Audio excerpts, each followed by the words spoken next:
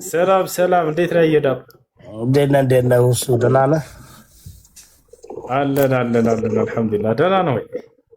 እግዚአብሔር ይመስገን። እግዚአብሔር ይመስገን። አሁን እኮ ከእንቅልፌ ስነሳ አስገብተውኛል። እንዴት ነው? ሁሉ ሰላም አለን ወላሂ፣ አልሐምዱሊላህ ደህና ነህ? ምነው ጠፋ? መጣህ እንኳ ሰላም አትለኝም እንዴ? እንመጣለን እንመጣለን። እዚህ ሁሌ ላይቭ ስለምከፍት አይመቸኝም ነበርና ነው። እንመጣለን ኢንሻአላህ። ዋንጫውን ልሰጥ ነበር ግን ጠፋ።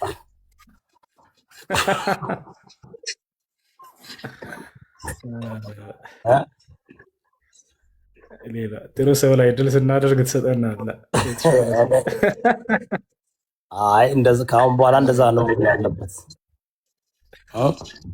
ኢንሻአላህ ኢንሻአላህ።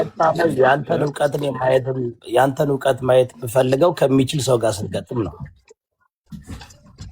አይደለም? ኢንሻአላህ ኢንሻአላህ። ትህትናን አይቼዋለሁ፣ ጸባይን አይቼዋለሁ። ግን እውቀት ካለው ሰው ጋር እና አይደለ በአንተ ደረጃ ከሚመጥን ሰው ጋር ማየት ፈልጋለሁ። ግን እንዴት ነው እንደዛ? ምን ወላሂ መምህሮቻቸው እርግጠኛ ነኝ ይጠቀማሉ ብዬ አስባለሁኝ። አሁን ላይ በሶሻል ሚዲያ ይቀርባሉ ብዬ አስባለሁኝ። እንደው ውይይት ከፈለጉ መምህሮቻቸው ቢመጡ በጣም አሪፍ ነው። ዘበነ የሚባል መምህር አለ መሰለኝ፣ የተረጋጋ መምህራቸው ሁላቸው የሚቀበሉት ኦርቶዶክሶች። ልክ እንዲሁ ዲያቆን ያረጋል የሚባላሉ መሰለኝ። ምናልባት መምህሮቻቸው ጋር ቢሆን ይሄ ነገር በጣም አሪፍ ነበረ። ምክንያቱም ነቢያችን ሰለላሁ ዐለይሂ ወሰለም ውይይት አድርገዋል፣ ተወያይተዋል። ታላላቅ የክርስቲያን ሊቃውንቶች መጥተው ማለት ነው በዘመናቸው። ነቢያችን ሰለላሁ ዐለይሂ ወሰለም መዲና በተሳደዱ ጊዜ በሄዱ ጊዜ የአይሁድ ሊቃውንቶች በአንድ ተሰባስበው መጥተው ተወያይተዋቸዋል። ልክ እንዲሁ ደግሞ የክርስቲያን ሊቃውንቶች ነጅራን የምትባል ከተማ ነበረች በየመን እና በሳዑዲ መካከል ያለች። ከነጅራን 70 የክርስቲያን ሊቃውንቶች ሂደው ቤታቸው ድረስ ተወያይተዋቸዋል። በክርስቶስ አምላክነት ዙሪያ ጥያቄ ጠይቀዋል። እርሱ ያለ አባት ከእናት ብቻ መምጣቱ አምላክ አያደርገውምን እያሉ ይጠይቋቸው ነበር። እርሱ በቃልና በመንፈስ መምጣቱ አምላክ አያደርገውምን እያሉ እንዲህ አይነት ጥያቄዎችን አንስተው በእርሳቸው ፊት ተወያይተዋል። ስለዚህ እነዚያ ታላላቅ ሊቃውንቶቻቸው መጥተው ተወያዩ። ከዚያ በኋላ የተወሰኑት አመኑ፣ የተወሰኑት ዘግይተው ከዚያ በኋላ አመኑ። በርካቶችም እንዲያምኑ ሆኑ። አሁን ላይ ከዚያ በኋላ የመን እንዳለ ነጅራን አካባቢ የነበሩ ሁላቸውም አመኑ፣ ሰለሙ። ስለዚህ ታላላቅ መምህሮቻቸው ቢመጡ እነርሱም ከበስተጀርባቸው ብዙ ትውልድ ስላለ፣ ብዙ ህዝብ ስላለ ክርስትናችንም ከማንም በላይ ይረዱታል የሚያስቧቸው ልጆች መምህሮች ስላሏቸው እነዛ ቢመጡ መልካም ነው። እዚህ ቲክቶክ ላይ ምን የሚሉት እንደማያውቁም ያውቃሉ ስለ ክርስትናቸው። እዚህ ነጥብ ቢጣልባቸው ራሱ አይ ለራሱ ተሳሳተ ብለው ዞር ብለው የማያቸው ናቸው እንጂ መምህሮቻቸው ቢሆኑ የዛኔ እውነትንም ለማስረዳት እኔ ዓላማዬ እውነትን የሚፈልግ ሰው አግኝተን ወደ እውነት ሁለታችንም ለማመላከት ብለን የምንጥር አይነት አስተማሪዎች፣ ታላላቅ አስተማሪዎቻቸው ቢሆኑ በጣም አሪፍ ነው። እንደዛ የሚሆንበት ጊዜ ቢኖር በጣም አሪፍ ነው። በተለይ እነዚህ አሁን የተናገርኳቸው አካሎች በጣም ሁላቸው የሚቀበሏቸዋል፣ ያከብሯቸዋል። እንደምንም ብለው እንደው እዚህ በቪዲዮ ባይመጡም ችግር የለውም፣ በስልክም ቢሆን እኛ በላይቭ ላይ ሆነ እነሱ በስልክ ሆኖ ካልተመቻቸውም ቲክቶክ የላቸውም በሚል ነገር እንኳን እንትን ቢሉ ችግር የለውም። ያንን ነገር እንደዛ ቢሆን በጣም አሪፍ ነው ብዬ አስባለሁ። ጥሩ ሀሳብ ነው። ዶክተር ዘበነ ግን በቅዱስ ሲኖዶስ ተቀባይነት የላቸውም። የራሳቸው እንትን ናቸው። ህዝቡ ይቀበላቸዋል፣ ነገር ግን የራሳቸው ቤተክርስቲያን ያላቸው ከቅዱስ ሲኖዶስ ጋር ከወጡ ቆይተዋል። ግን በጣም ጥሩ እውቀት አላቸው። አይ ቲንክ ዶክትሬት ዲግሪያቸውን የያዙት ከፕሮቴስታንት ዩኒቨርሲቲ ነው እና በጣም ጥሩ እንትን አላቸው፣ አስተያየት አላቸው ስለ ኦርቶዶክስ ተዋህዶ እና አንተም የሚመጥን ሰው ጋር ብትገናኝ መልካም ነው። ካለበለዛ እንትን ነው የሚሆነው፣ ልክ ሰሞኑን እንዳየነው ነው የሚሆነው። ለእኛም ደግሞ መንፈሳዊ ትምህርት ለማግኘት ነው እውነት ደግሞ የትኛው ጋር ነው ብሎ ለማየት ከታች ያለው የሚመለከተው እንደዚ አይነት ሰው ጋር ብታረግ፣ ወይም እዚህ ሶሻል ሚዲያ ላይ እንዳየሁት ሀቅ ለመናገር እኔ ሀቀኛ ሰው ነኝ። ከኦርቶዶክስ ተዋህዶ ሳይድ ብዙ በእውቀት ልክ እናንተ እንደምታደርጉት ኮሄረንት የሆነ ኤክስፖዚቶሪ ነገሮችን የሚያሳይ አላየውም። ብሽሽቅና የጥራዝ ነጠቅ እውቀት ነገር ነው እንጂ ለዛም ነው እኔ ሁሱ ለመጀመሪያ ያወኩ ከእፎይ ጋር ውይይት ስታደርግ ነው። እና አንደኛ መንፈሳዊ ውይይት አይጠኝ አንድ ሰው በፍቅርና በእውነት ነው ማስተማር ያለበት። እንትን አይደለም ይሄ አንዱ ለማሸነፍ አንዱ ለመሸነፍ አይደለም። እና በጣም ጥሩ ትምህርት ነው የሚሆነው ይሄ ለብዙዎችም ለሁሎችም። እኔ ይሄ እንትን ስታንዳርዱ ከፍ ያለ አምላካችንን የሚከብርበት ህዝብም አዳምጦ ሰምቶ ወደ እውነት መንገድ የሚሄድበት መሆን አለበት ብዬ ስለማምን በጣም ጥሩ እውቀት አለ፣ በጣም ጥሩ ስብዕና አለ። ግን ደግሞ አንዳንድ ጊዜ ከማይመጥሩ ሰው ጋር ስትሆን ምን ይሆናለኝ እንትን ይላል። በቃ እንደዚህ አሁን እንደምታየው ይሆናልና ማየት እንፈልጋለሁ። እኛም መስማት እንፈልጋለን፣ እኛም ማዳመጥ እንፈልጋለን። የህዝቡን ስነ ልቦና አይተዋል። 160 ሺህ ሰው ለመጀመሪያ ጊዜ በሶሻል ሚዲያ እንደዚህ አይነት ነገር ለማዳመጥ ጥማት ያለበት ህዝብ ነው ያለው። እኔ 8 ዓመት ነው ሶሻል ሚዲያ ላይ የማገለግለው። ጥማት ያለበት ህዝባችን ጥማት አለበት እና እኔም እጠይቃለሁ፣ እንጠይቃለን። ዶክተር ዘበነ ጋር ብትወያይ አንደኛ ጥሩ ስብዕና ያለው ሰው ስለሆነ እሱም ጎበዝ እንትን ነው፣ ጎበዝ አስተማሪ ነው። ከዚህ በፊትም አድርጓል ንጽጽር ከዶክተር ቶሎሳ ጋር አድርጓለኝ፣ በስልክ አድርገዋለኝ። ከ20 ዓመት በፊት ከ20 ዓመት ነው ከ15 ዓመት በፊት አድርገዋለኝ። ከሌላ ሰው ጋርም ያደርግ ነበር፣ በስልክም ያደርግ ነበር። እና እሳቸውም እኔም ጠይቃቸዋለሁ፣ አንተም ብታቀርብላቸው አጥኝ የተሻለ ፍሬማ ይሆናልኝ እና በዛ አስማማለሁ። ይቻላል። በጣም አሪፍ ነገር ነው። እንዳሁም ሪከርድ የምታደርጉ ሰዎች ካላቸው ሪከርድ አድርጉ፣ ላቅርብላቸው። እንዲህ አይነት መምህሮቻቸውን ብናገኝ ከበስተጀርባቸው ብዙ ክርስቲያን ወገን የሚከተላቸውን ከእነርሱ ጋር ተቀራርበን እንዲህ በስነስርዓት ብናወራና ሌሎች የሚሰሟቸውን ሰዎች ብናገኛቸው በጣም አሪፍ ነው። መምህር ዘበነ እንዳው ችግር የለውም፣ ቲክቶክ ባይኖራቸው በስልክ መወያየት እንችላለን። አምላክ በነቢያት በኩል ለአዳም ዘሮች ወይንም ለሰው ዘር ሁሉ የደነገገው ትክክለኛው ሃይማኖት እስልምና ነው ወይንስ ክርስትና በሚለው መወያየት እንችላለን። የትኛውን ሃይማኖት ነው አምላክ በአብርሃም በኢስሐቅ በያዕቆብ በኩል እነዚህ ሁሉ ነቢያቶች እኛም እንቀበላቸዋለን፣ እናምንባቸዋለን። እውነተኛው ሃይማኖት አምላክ በነቢያት በኩል የደነገገው የትኛውን ሃይማኖት ነው በሚል ደስ ያሉትን ሰዓት ያሳውቁን። በየትኛውም ሰዓት እንትን ይበሉ፣ መዘጋጀት አያስፈልገኝም ለዚህ ነገር። በቃ ብንወያይ በጣም ደስ ይለኛል፣ በጣም ደስ ይለኛል። የዛኔ እውነተኛውን መንገድ ወደ አምላክ የሚወስደው እውነተኛው መንገድ የትኛው ነው የሚለውን ሰው ሁላ ሊያውቅ ይገባል። በቃ ይሄ ነገር እንዲያውቅ በጣም ፍላጎት አለኝ ሰው ሁሉ። አምላክ በነቢያት በኩል አንድ የደነገገው መንገድ አለ። ያ መንገድ የትኛው ነው? እስልምና ነው ወይንስ ክርስትና ነው የሚለውን ነቢያቶች የትኛውን ነው የሰበኩት? እንደ መጽሐፍ ቅዱስም እንደ ራሳቸው ማስረዳት ልክ እንዲሆን እንደ ቁርአንም እኛ እናስረዳቸዋለን። ይሄ ነገር ከደረሳቸው በጣም በደስታ የትኛውም ጊዜ ቢሆን ችግር የለብኝም፣ እወያያለን።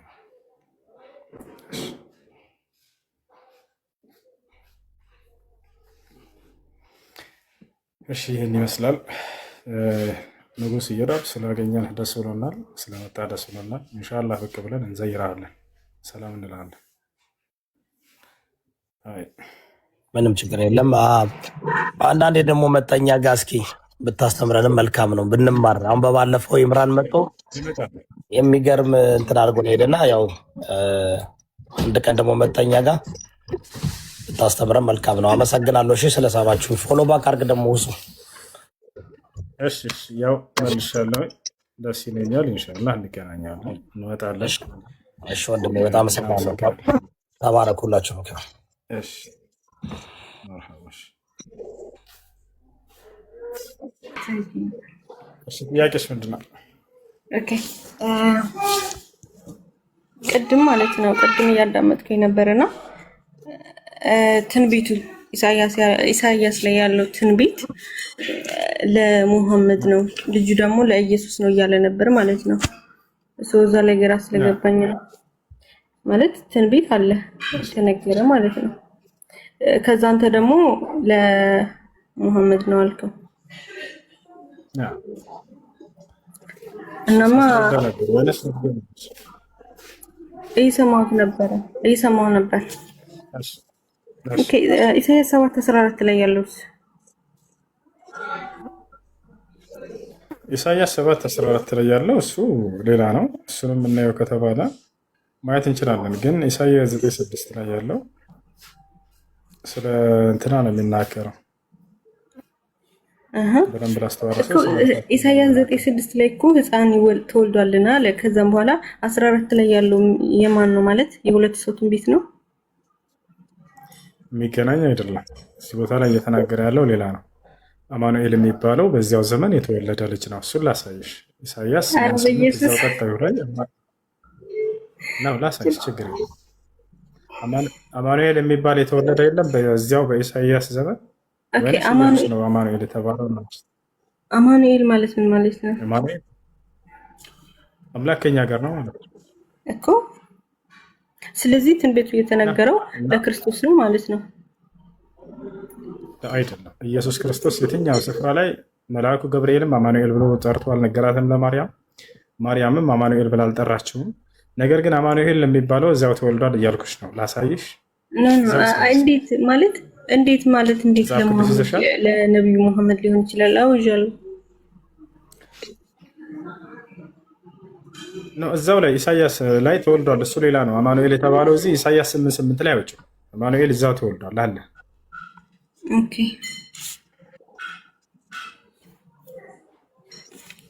ኢሳይያስ 8:8 ላይ እዛው ቀጣዩ ምዕራፍ ላይ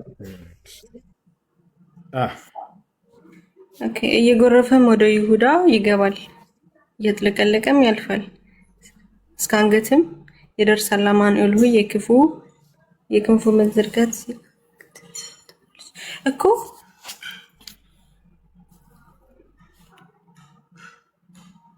ስለዚህ አማኑኤል እዚያው ተወልዷል። አማኑኤል እዛው ላይ እየተወለደ ነው እኮ። ትንቢት እኮ ነው ሲጀምር ትንቢት አይደለም እኮ እዛው ላይ ተወልዷል። ህፃኑ ልጅ እዛው ተወልዷል። ቁጥር 3 ላይ ሂጂ፣ ወደ ላይ መለስ በይ። ምን እንደሚል ህፃኑ ተወልዷል። እዛ አማኑኤል ሆይ እያለ እያናገረው ወደ ነቢይቱም ቀረብ፣ እርሷ ጸንሳለች ልጅም ወለደች አለ። ወደ ነቢይቱም ቀረብኩ አለ። ማን? ኢሳይያስ ነው እየተናገረ ያለው። እርሷም ጸነሰች ወንድ ልጅንም ወለደች አለ። ያ ማን ይባላል ከተባለ አማኑኤል እያለ ራሱ ያናግረዋል ኢሳይያስ። ኦኬ አድምተው ነው ያ እነዚሁ ጋር ነገርሽ በግልጽ እኮ ህፃኑ ይወለዳል ተብሎ ነበር አይደለ? ያው ህፃኑ ተወለደ እኮ ቢሆንም አሁን አንዳንድ ጊዜ ሳይ መጽሐፍ ቅዱስ የሚያመጣውን ታወጣና ከዛም በኋላ አድምታው እናንተ የምትተረጉሙ በፍጹም አይገናኝም። ለእኔ አልተረጎምኩም። መጽሐፍ ራሱ ነው የነገርሽ፣ በግልጽ ቃል የተቀመጠ ነው እያልኩሽ ነው። ህፃኑ ይወለዳል አለ። እዛው ህፃኑ ተወለደ። ማን ይባላል ብሎ ነበር መጀመሪያ? ስሙንም አማኑኤል ትለዋለች ተብሎ ነበር። ያውና አማኑኤል ተብሎ እዛው ተገለጸ። ቁጥር 8 ላይ ቀጣዩ ምዕራፍ ላይ ኦኬ አማኑኤል ከሆነ ለምን አንተ ሙሐመድ ነው አልክ ቅድም? እሱን እኮ አይደለም እኛ የሙሐመድ ነው ያለው ሰለላሁ ዐለይሂ ወሰለም። ኢሳይያስ 9:6 ነው ለሙሐመድ ነው ያለሽ እንጂ ኢሳይያስ 9:14 ላይ አይደለም። እሺ 9:6 ላይ ያለው እንዴት ለምን መጽሐፍ ቅዱስ ላይ ቢሆን ራሱ ለምን መጽሐፍ ቅዱስ ላይ ይጻፋል? ሲጀመር አይደለም። የትኛው 9:6 ላይ ያለው 9:6 ላይ ያለው ምን ማለት ለሙሐመድ ነው አልክ? 9:6 ላይ ያለው ጥያቄሽ በሱ ላይ ምንድን ነው? በግልጽ ኖ እኔ ኢየሱስ ልጁ የክርስቶስ ነው ሲል አንተ ደግሞ የሙሐመድ ነው አልክ። ሰው አይደለም ነው። ከዛም በኋላ እንዴት አልሆነም? ይኸው ኢሳይያስ 7:14 እና ኢሳይያስ 9:6 ተነገርኩ አይደለም? ትንቢት ተነገረ አይደለም? ከዛ ትንቢት እዚህ ጋር እየተናገረ 7:14 ላይ እነሆ ድንግል ትጸንሳለች አለ። ድንግል ማለት ማርያም እንደሆነች እየተናገረ ነው። ስለዚህ ትንቢቱ ደርሶ ተወለደ አይደለም? እሱን አይደለም እየተናገረ ያለው እዚያ ጋር ድንግል ትጸንሳለች እያለ እየተናገረ ያለው ኢሳይያስ 9:7-14 ላይ ነው። ወዲያው 8 ላይ ያለች ተወለደ፣ አለቀ በቃ። ከዚያ እንደገና ቀጣይ ላይ እሱ የሚናገረው ከሁለተኛው ከ8 ማነው ከ9 ላይ ነው። 9:6 ላይ ምን ይላል? ኢሳይያስ 9:6 እዚያ ላይ ያኛው አማኑኤል ተወልዶ አለቀ፣ በቃ ተጨረሰ።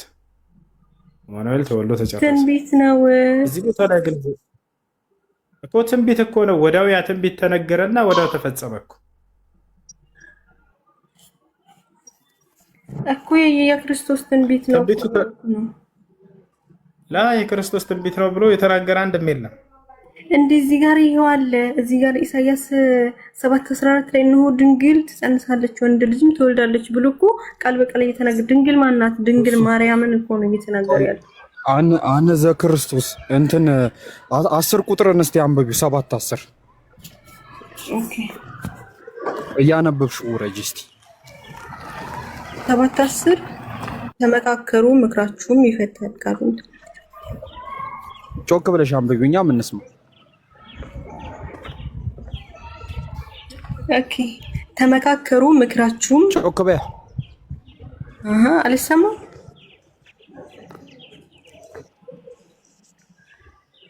ተመካከሩ ምክራችሁም ይፈታል ቃሉን ተናገሩ ቃሉም አይጸናም እግዚአብሔር ከኛ ጋር ነውና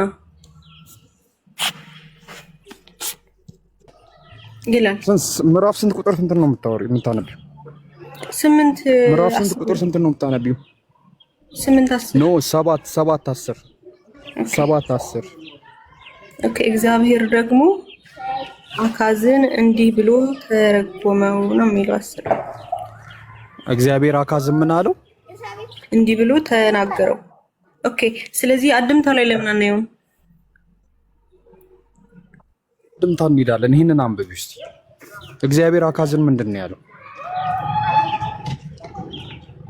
እግዚአብሔር ደግሞ አካዝን እንዲህ ብሎ ተናገረው ከጥልቁ ወይም ከከፍታው ቢሆን ከአምላክህ ከእግዚአብሔር ምልክትን ለምን። አካዝም ኦኬ ምን አለው? ምን አለው? ምልክትን ለምን አለው አይደለ? እግዚአብሔር ለአካዝ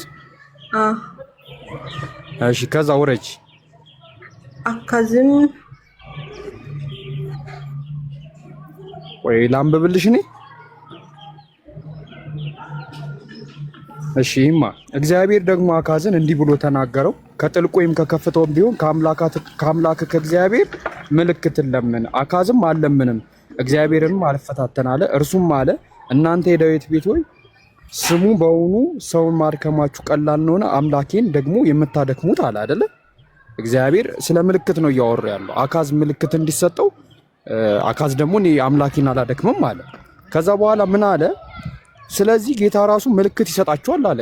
ጌታ ምልክት ይሰጣቸዋል የተባለው ለማን ነው?